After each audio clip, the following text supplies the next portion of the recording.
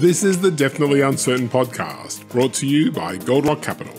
Each week, we look at how high net worth families can improve their lives, decisions, and investments in a deeply uncertain world. We always aim to provide practical information, even if we can't offer specific investment advice.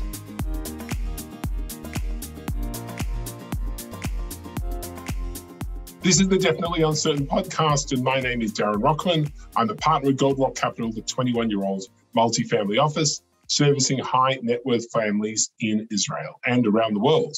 And today, from London, George Norman. Hi, George. Hi, Darren. Nice to see you. Thank you for having me on the show. Oh, thank you for joining. It's really great to have you here. George is a founding partner at Beaufort Capital Management and is coming to us from London, as I said. We'll get a little bit about Beaufort soon. But to start off, George, maybe tell us a little bit about your background and how you got to where you are now. Sure. So I've been working with the family for a bit over a decade now, particularly working with my father.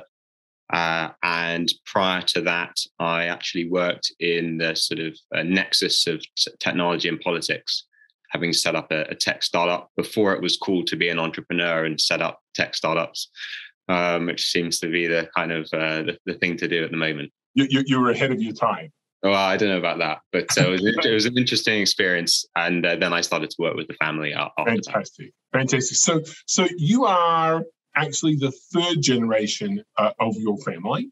And I'd be really interested to hear a little bit about your grandfather and his business, and then how that's sort of moved through the generations to your dad and now also to you. Sure.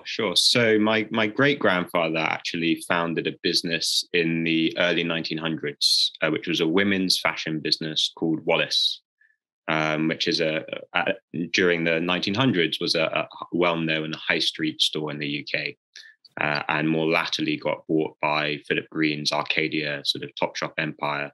And then that most recently got traded on to Boohoo, though I see in the press Boohoo's now looking like it might get bored in and of itself. So interesting retail. Keep changing hands. So my grandfather then inherited that business in the late 1940s and bought some other retail businesses in the US and the UK. And separate to those retail businesses, which continued for many decades until they were sold in the 80s. My father has separately had his own career in real estate investment and development for the last 50 years. So he's built millions of square feet of property across the UK, whether that's central London office, regional office, light industrial, logistics, business parks, mass market residential, super high-end residential, affordable housing, all across England, Scotland, and Wales. So the UK is really our home market. We don't dabble in too many other places. Right. Okay. So a not unfamiliar transition from the family starting in the retail market, and then moving from that into real estate, and then in your case, actually real estate construction, and then moving from there into actually real estate lending, which is where both it is. And maybe it's worth spending a few minutes telling us what it is that you do, and a little bit about the transition from a construction family to a lending family. Sure. So, just to expand a little bit further, I fond memories at age sort of 4 or 5 years old, following my father around on building sites with a hard hat on, and embarrassing photos. Did they make hard hats for 4 and 5 year olds? No, they've been loose, but we may do. So those are the fond memories, and stuffing envelopes and being always around the office, and every family conversation being centered on business and commerce and real estate. And unfortunately, no Friday night dinner would go without some passionate debate about a transaction or something. So I was sort of in between the chicken soup and the roast chicken. Exactly. So I've always been sort of around that business world, and we set Beaufort Capital up. I'll come back to that because I know you have some follow-up questions in relation to that. But in the sort of post GFC period, we decided as a family that we didn't want to set up again another large real estate development business in the UK. That's what we had done over many decades and had created and then sold different real estate platforms and businesses in the UK and across different parts of the country and different asset classes. And after the GFC, we preferred to actually take advantage of the liquidity crisis that existed throughout the UK and saw that as a great opportunity for us to move down the risk curve, but apply our experience and expertise, first and foremost as a developer and as property people, to the lending market and to provide finance to developers who are best in class in their niches. So whether that's student accommodation, care homes, mass market residential, pre-let hotels, light industrial, logistics, the sorts of asset classes that we're very familiar with in our home market, but provide them with debt and co-investment equity on a very selective basis. That's quite a big change for a family that, as you say, for 50 years was dealing in construction. What did that require of you in terms of changing of mindset and maybe changing of infrastructure and practices? Well, probably one of the biggest things was trying to let go a little bit. Right. So, understanding that we weren't the developer ourselves anymore and needing to let go of the reins and trust that other people who we knew had the experience, these were generally people in our network, right, were capable and able of running the development ourselves, and maybe they knew better than we did and we didn't have all the answers. So that was one interesting aspect. And the other was perhaps taking a little bit more risk in terms of where we would go or what type of asset class we would fund, but coming down the capital stack. Right. So not being the developer, not taking that first risk yourself, you could afford to take riskier assets because you had some protection, because there was another developer taking the equity risk ahead. Yeah, whether they were riskier assets or not, I'm not sure. But I think they probably weren't, but perhaps they were to us because they were less in our sort of absolute sort of circumference of expertise. Where we were extremely comfortable. But part of the purpose was diversification. So again, the genesis of Beaufort being reduce risk, this kind of absolute obsession with downside protection and preservation of capital, which has become very important, I think, to most investors and family offices around the world. But certainly, we've more and more had that kind of ingrained thinking, which has naturally made us more of a debt investor than it has as an equity investor. Right. And it's interesting that, almost every generation in your family has done something different. Starting with retail, and then your dad in construction, and then, now it's you and your dad, but, your generation really being a lender. Yeah, that's true. And, families evolve. We've been perhaps quite forthright in staying in the UK and staying in sort of the general commerce of trading businesses. So we still have exposure to healthcare businesses and other operational businesses in the UK. Mm-hmm. And a common theme being real estate, whether that's real estate with active operating businesses within them or developments for sale. But a lot of our developments, even now, have active trading businesses within them that we fund. Okay. Those basic building blocks are still kind of there. Right. So I want to pick up on that. There is a common theme, a couple of common themes there. So, the UK being one of them, and sort of an operating view of the world. What if I sort of asked you about the values that have guided the family from generation? Can you see some common values that have happened as you've moved from one generation to another and sort of one business to another? Yeah, I think there are a few. One would be a kind of passion. So whatever we do, we tend to do it as a family with excellence at its heart. So we don't tend to kind of talk about things or do them by half measures. And I think that's been carried through different generations.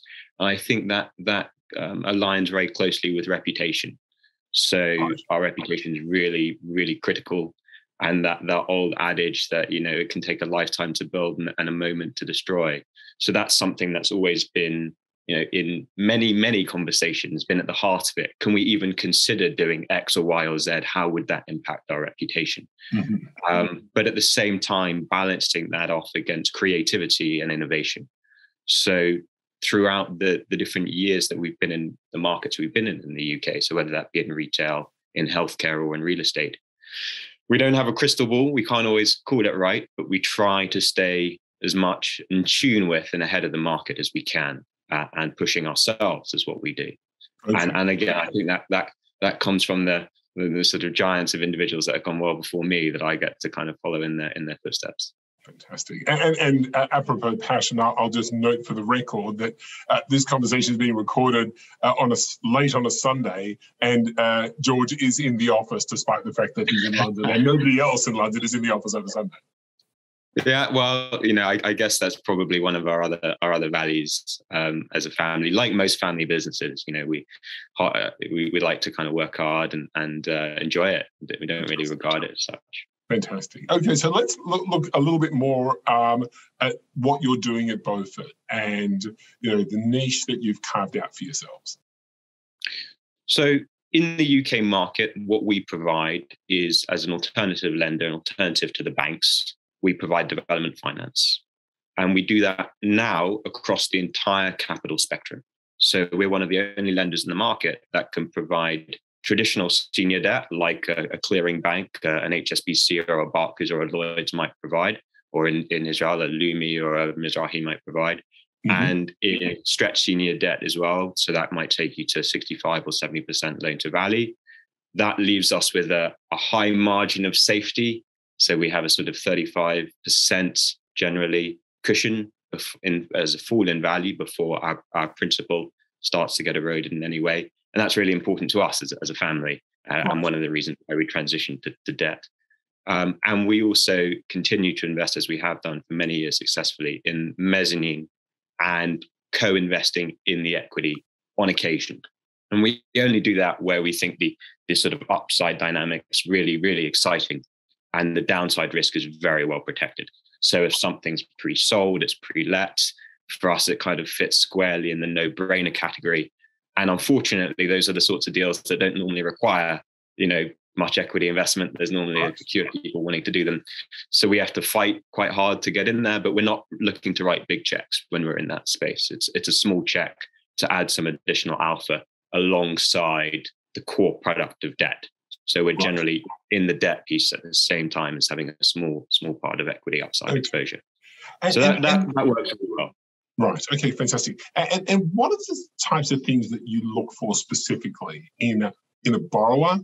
And there's a sort of added to that, how has your family's experience as a developer impacted and influenced what it is that you look for? Yeah, good question. So what we look for in a borrower, one is extensive track record. So just as if you're looking at different investments, we look at the manager and the manager's track record. We're most interested in understanding those multi-year, different vintages and times throughout the market. How have you performed? How have you behaved? Have you behaved with your lenders? Markets go through difficult times, but how have you been a good actor? So that's something that's important to us. We look for people who are best in class in their market. Now, many lenders focus purely on the residential market and in the southeast of England. We focus across the whole of the UK. So we do a lot in Scotland, we do a lot in the north and Midlands of England, and right down into the south and southwest. So we're really across the country, spend a lot of my time on trains and planes and in the car. You've actually been to Wales. It exists. I go there a lot. I'm going to be in World in the next 2 weeks. And then my diary takes us between sort of Edinburgh and Glasgow and Leeds and Sheffield and Coventry all the time. So what we look for in a borrower is somebody who's best in class in their location. So if we take Bristol as an example, for those that are familiar with the Bristol market, in each asset class that we fund, there'll likely only be 3 or 4 really good developers that operate in that asset class.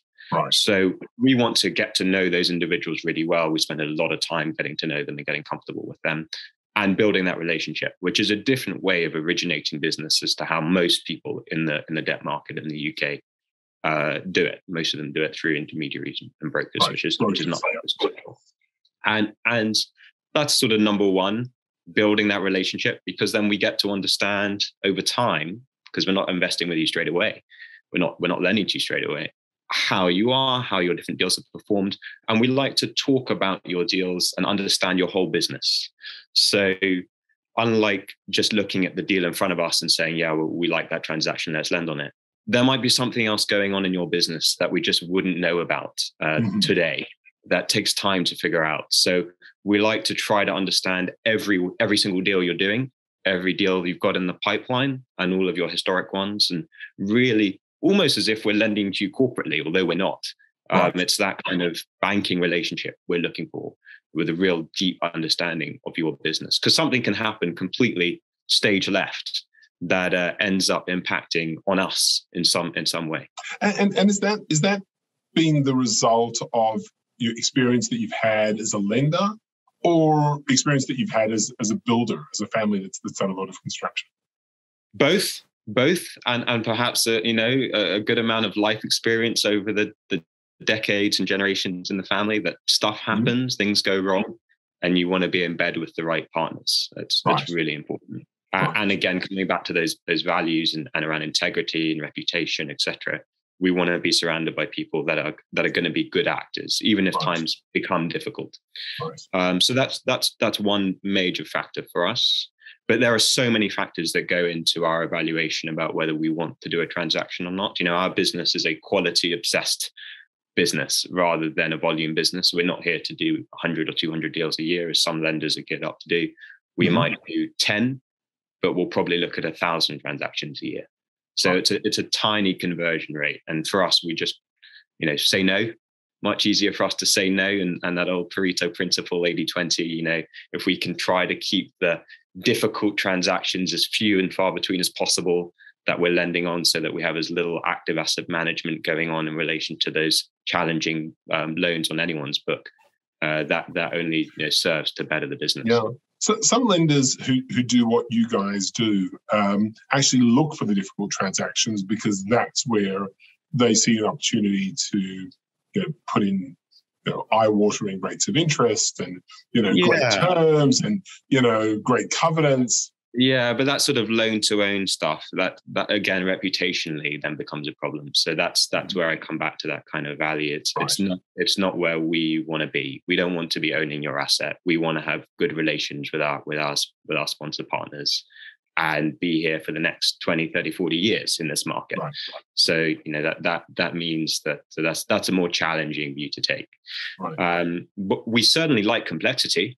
We love complexity in the transactions, and we think that our USP is how we price risk and how we look at risk and manage risk. So the risk-adjusted returns we think we create are exceptional. That's what excites us, rather than anyone can lend money, anyone can get the standard rate of return. The challenge is getting it back safely and structuring it in a way that it's going to be safe. Right. How would you give us an example of maybe how you would look at risk differently to another lender or a high street bank? Yeah, so probably a number of examples. I think one thing that sets us apart is we have quite a contrarian viewpoint. Perhaps that's because of where we come from, but we tend to like to think differently to other lenders. So an example would be in 2012, the UK government brought out legislation which was called permitted development rights. And permitted development rights in the UK meant that any building that was an office building in certain locations in the UK could automatically be converted to residential without planning permission. And so there was a massive boom in construction in that market. Many, many developments were constructed in that market, residential apartments. But the issue we had is the apartments were generally very small, micro flats that would be less than 35 square meters or 30 square meters, even in some occasions smaller than that. So very small living. They'd be long and dark because they were office buildings with generally windows on one side. And so they'd be long and narrow, no amenities, and generally not be in the sorts of areas that are particularly desirable. So they might be adjacent to a motorway or things like that. And they'd have minimal, from a fire regulation perspective, minimal protections built in. And we were always concerned, what would that mean for mortgage availability? What would that mean for the secondary market? That would then impact the primary market if you can't then resell. And ultimately, who are your buyers? It's great in a boom market, but we don't think in boom market mentality. Right. So as a consequence, there was a lot of money, a lot of credit flowing to those things. Pre-Grenfell. Grenfell was a major tragedy in the UK where a building in London caught fire. And prior to that, there was a huge amount of credit lending in that market. And that got tightened up, one as a result of Grenfell and other matters. That tightened up the building regulations in respect to that. But it didn't fit with our values. And we were always concerned that actually on a risk-adjusted basis, we didn't feel comfortable with the risk. Right. So you stayed out of that market? We didn't do one deal in it. We had many opportunities, but we just had a house view, and the house view was no. And maybe we missed out, but we were okay with that. We did fine, and we actually saw an opportunity emerge from that, and the opportunity we called then, which maybe time has proven out, was that regional offices were an interesting space to be. Because the pendulum swings, right? So all of the office buildings that just were in these regions were completely converted, and no one was building new build office. So we saw that was an opportunity that we wanted to lend on in those markets. Okay. You talk about the pendulum swinging and economic circumstances change, and obviously one of the things that is foremost, I think, in every investor's minds right now is the impact of inflation. And what that does to valuations. You talked about LTVs before, and what it does to investments. How do you think about that as you're deploying capital? And what do you think the impacts are going to be on the UK property market and your corner of it? So it's a big question. It's the question at the moment. And inflation and interest rates are something that we sort of consider every day at the moment, and all of our transactions, and the interplay between them and where we think things might go. Being a development lender, inflation's particularly acute as an issue to focus on, because we're dealing in construction materials, raw materials, wood, so metal, windows. Exactly. If suddenly timber goes up by 30%, that's a problem for us, and we're seeing it. In the pictures behind you, you've got some trees you could probably cut down. Yeah, quite. Wow. What we see, the data that we get in is quite early compared to what often gets reported in the media, because we're seeing it week by week. We're talking to our developer partners all the time, so we're actually able to see the shifts in steel or in timber or in even fuel, because it's bearing out week in, week out on all of the different construction sites we're funding. So what we do now is we've built in significant construction contingencies beyond what we previously had. We've re-benchmarked costings. We're always very mindful of vintages. So we don't look to deploy all of our money in 1 year. That would, for us, be kind of a foolish thing to do. So we like to be diversified by asset class, by location, but also by vintage, so that we're not ever having to take really long-term bets. And that's something else that's very important, whether you're dealing with inflation or interest rates or asset prices, which I'll come on to mention in a moment. By not being fully invested at any one point in the cycle, but also having different maturity dates, so that you've got exposures. That's very useful for us. So the interplay between inflation and interest rates, the MPC's already.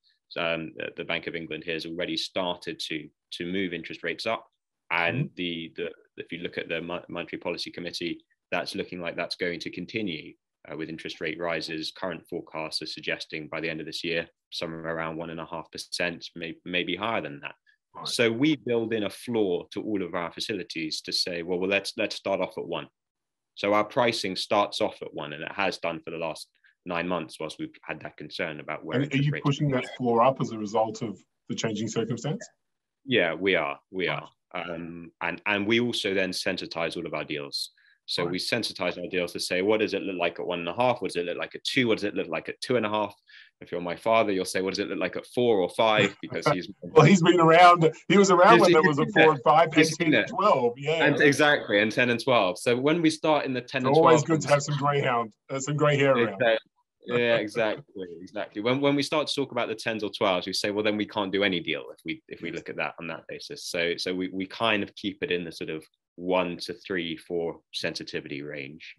Right. And again, because our lookouts are not that long, we don't do 5-year deals. Generally, it's a 2-year deal, 18 months, maybe 3 years on the outside. Right. Your sensitivity is not as high. It's not as high. It's more limited. And how do you think? How do you think about valuation? Because of course, one of the things that's happened over time is as interest rates have fallen, values of assets have gone up, and now we're in the opposite dynamics. So, at least in theory, you could see the value of those assets which are lending themselves go down. And Darren, this is the basic interview question I ask any candidate that we look at employing at Beaufort. I'm so pleased you asked me it. So clearly, as the risk-free rate moves up, yields should move out. That's how economic theory works, right? That's what we believe. So when we sensitize for interest rates, we're not just looking at our interest burden, we're moving yields out at the same time, because that for us is just a practice. I don't know if other people are doing that. I don't know if that's how they think about life. But there does become a tipping point. But I think we're away from that at the moment. So absolutely, we do expect primary and secondary yields to be moving out as interest rates rise, and we're factoring that fully at the moment. Okay. And that's a difficult thing to be. When you're a lender, how that impacts your valuations. How do you set your covenants? How do you set them safely, but still? And how much are you willing to lend? Yeah, correct. And what are your competitors willing to do? Correct. Well, we try not to look too much about that. We let other people drink the Kool-Aid. Right. Okay. Very cool. So I want to ask one last question, sort of circling back to the family.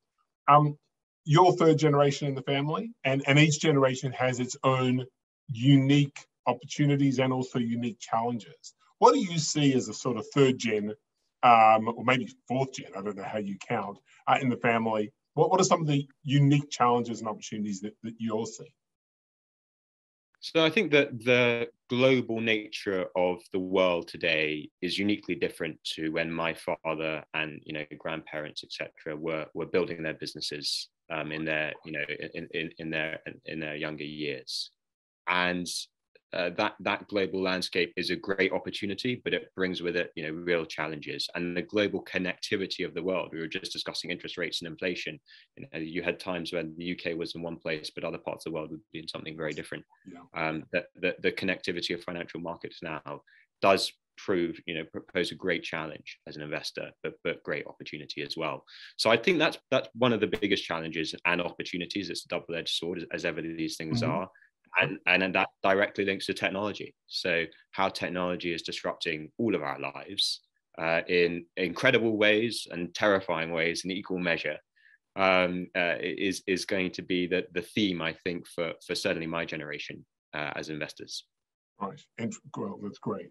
Well, George, Norman, thank you so much for being on Definitely Uncertain. It's been a great conversation, and best of luck with both of them. Thank you very much. Thank you. Thank you for having me. And best of luck for the rest of the week. And thank you for joining us on a Sunday. And for all of you listening, thank you for tuning in, and look forward to more episodes coming your way. If you have ideas for episodes, you can always send us an email to podcast@goldrockcap.com. Thank you to our team, Andrea Herman, Mayor Charlotte, and Ido Schlesinger. And see everybody, and goodbye.